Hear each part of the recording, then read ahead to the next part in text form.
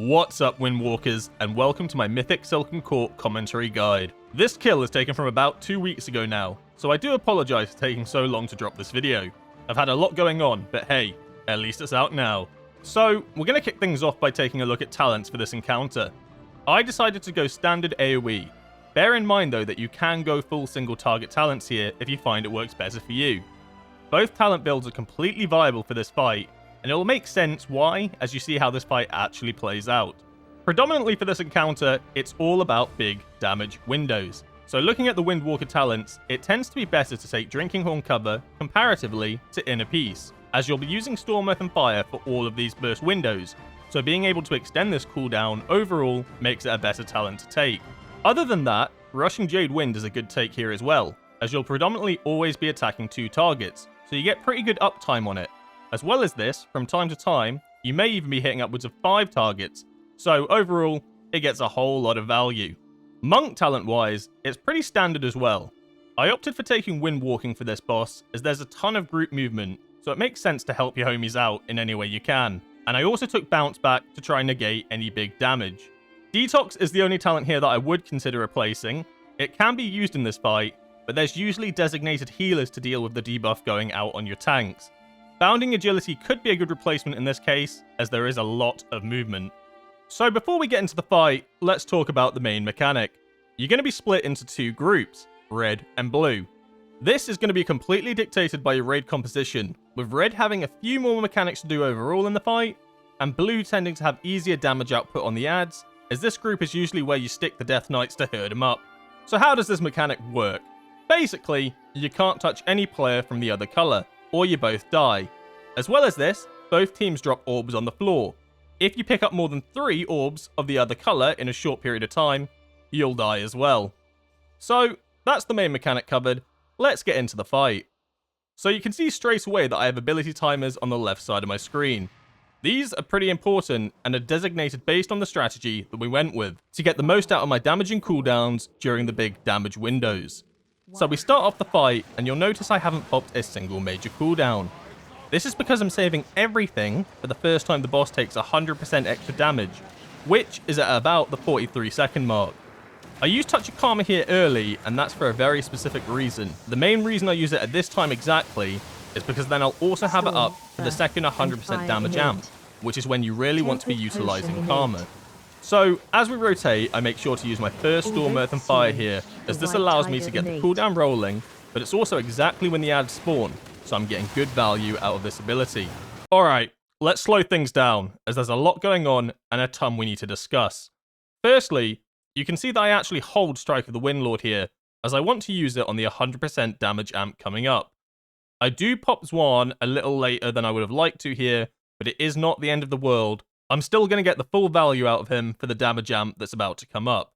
So, as the boss is about to charge, I use my Treacherous Transmitter trinket with the goal of activating it the moment the amp comes through. I do get it 1 second early, but once again, not the end of the world. So now the boss is charged and he's in his damage amp phase. 100% extra damage is being taken right now. I Rising Sun Kick into Storm, Earth and Fire, followed by that Strike of the Windlord that I held. I then make sure to instantly fixate my clones on the boss taking more damage for maximum value. In this fight, you are going to be wanting to use Fixate a lot during these damage amp windows. Another Rising Sun Kick follows, and now what I want to be doing is making sure I get a Flurry Strikes off that's going to do huge damage to the boss during this window. I turn my focus to Tiger Palm, and I do manage to get the strike out here, followed by a Sun Kick and Whirling Dragon Punch. As you get more comfortable on this fight, I'd advise trying to line up Flurry Strikes for every damage amp. It's some really strong extra damage that you don't want to miss out on. So, now we come out of the amp phase and it's orb collection time. That voice you hear just counts how many orbs I've actually collected, and this weak aura shows the amount I've collected and the window of time the debuff is active.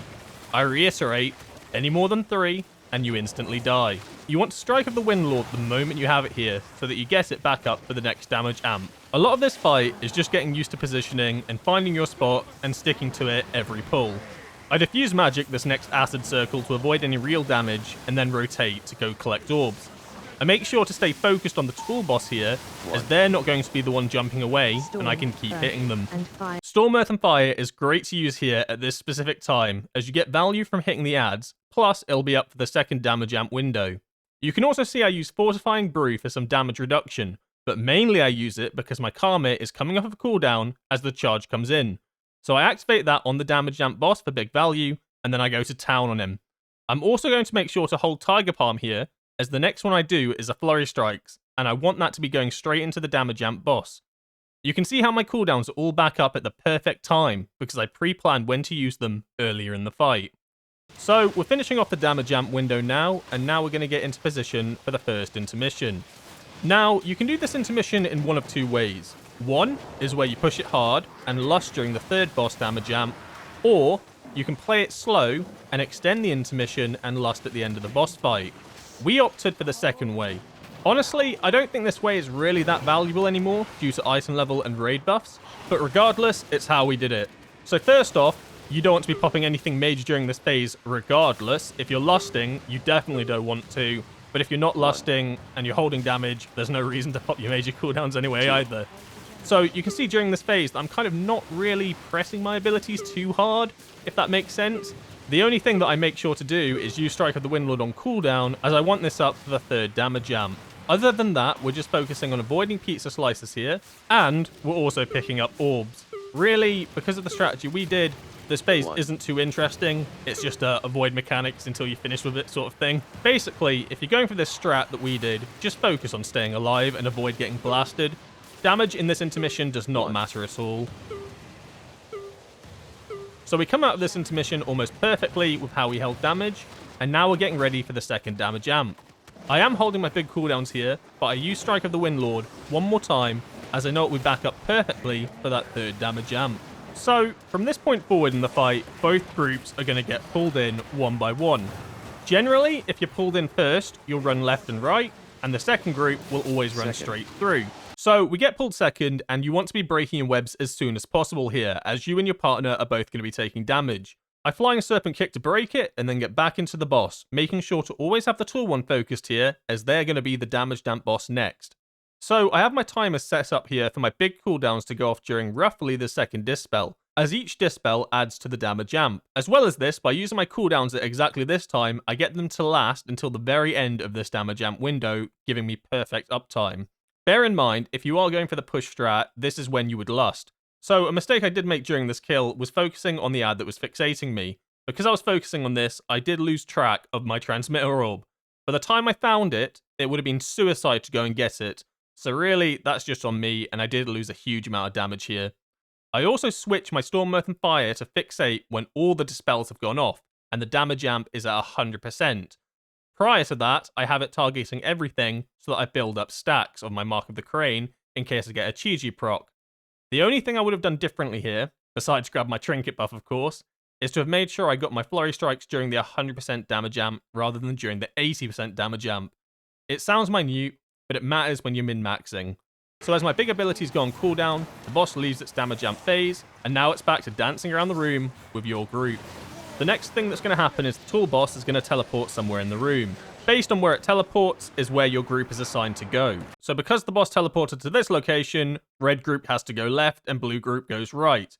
We get pulled in first here, which means our assignments are then to go left and right as well. I'm always assigned to go left, so I do this and I run off into the distance to break my web. I also know that I'm going to have to be the one that has to go far, so as I'm running, I use Transcendent, and the moment I break the web, I snap back to get back to the boss as soon as possible. This is not entirely necessary to do, but I mean, we have the ability, we might as well get some use out of it somewhere. So, now we're going to go into another damage amp, so my focus is once again on the tall boss. I use Storm, Earth and Fire on timer here, as this means it will be up for the remainder of the damage amp, and I also make sure to fixate my clones on the damage amp boss once I've gotten value out of hitting multiple targets to gain spinning crane kick stacks. I also hold Strike of the Windlord for the moment after the boss takes 100% increased damage. Other than that, it's just smack the boss, follow priority, and get ready for Intermission 2.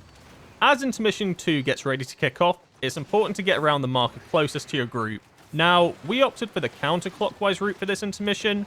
That might differ for you, but overall, it really doesn't matter, as long as everybody's going the same way.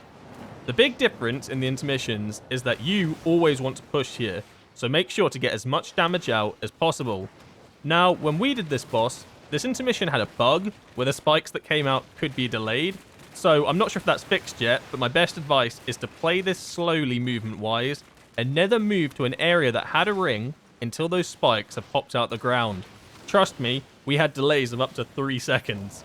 During this second set of rings, I use all of my big cooldowns as I want Zwan to be back up for around the 8-minute mark for Lust. So the moment it's safe to do, I pop everything. Although I don't quite follow my timer here exactly, it's completely fine, as I'm only going to get one more use out of Zwan for this fight, and I wanted to use it for the push. Now we're in phase 3, and as Red Team, this is where things are going to get a little bit different. Remember when I talked about Red Team having to do more mechanics? Well, Red Team is always going to be prioritizing the tool boss from this point out, predominantly for positioning and orb placement sake. So, as Red Team, we bait the frontal sideways, and then some big raid damage comes in. But I hold my defensive here, as it's more important I have them for the mechanics about to come out. In this phase, Red Team keep their webs, as this is the team that will be dealing with the charge. We run as a group into position to block the charge coming through, and this is when defensives are important, as we're all taking significantly more damage than Blue Team is. We collect the orbs and line up and set off the 5th damage amp for the fight. However, because of this frontal that comes out, Red Team do not get the full uptime of the damage amp, so it's really not worth popping cooldowns if you're Red Team here. Instead, we move straight over to the tool boss to set up for the next pull-in. We get the second pull here, and we move straight through, and this time we break our webs, as there's no charge coming. I use Transcendence again, but notice porting back would be a death sentence, so I avoid doing so and instead just play this section slower as Dispels start to come out. So, finally I get chosen as a Dispel target, and I'm 4th in the queue. Whatever you do, do not use Diffuse Magic with this debuff on you until you're in position for your Dispel. So, as my turn comes up, you run directly under the tool boss and get Dispelled, or use Diffuse Magic now. I choose to Diffuse Magic early to give the final player plenty of time to get into position and get Dispelled, as we'd wiped at this stage plenty of times before. If I could change one thing here, it would be using Storm Earth and Fire a few seconds later. As you can see, it does drop off during the large damage amp. So, now the damage amp is over, it's now almost a repeat of what we just did. Red Team get into position early, and once again set up for being the group to keep their webs and block the charging boss. You can see once again that I save my Fortifying Brew here for the extra damage we're going to take, and I also have a health pot ready as an emergency, so I'm not too worried about this at all. So, Red Team get into position again, grab some orbs, and get ready to block the charge. And if you're using Lust at this stage, this will be the last mechanic to come out in this fight. I delay my big cooldowns here until after the charge, mainly so that it's safe to use them and I get the most value out of them. At the same time, players are being dispelled, so both bosses are taking amp damage. We Lust. I pop everything, and even get a good flurry strikes out on both damage amp bosses. However, the biggest issue here is you can see how fast the bosses die. Because of this, we don't get the full value out of the Lust, and I still have cooldowns running like most other players will have at this point. As we have such high item level now and damage buffs for the raid, you lose a lot of value from using everything at this point, and it's most likely better to use everything during that 3rd damage amp window earlier in the fight. However, with that said, we got the bosses down, and it was a pretty clean execution. Out of all the encounters in this raid, I had the most fun with this one, and would say it's my favourite fight of the whole tier. It's a really cool Windwalker fight, and the damage amp mechanic feels quite unique in how you have to approach cooldown usage and ability management. Anyway, that's just a personal opinion on encounter strategy.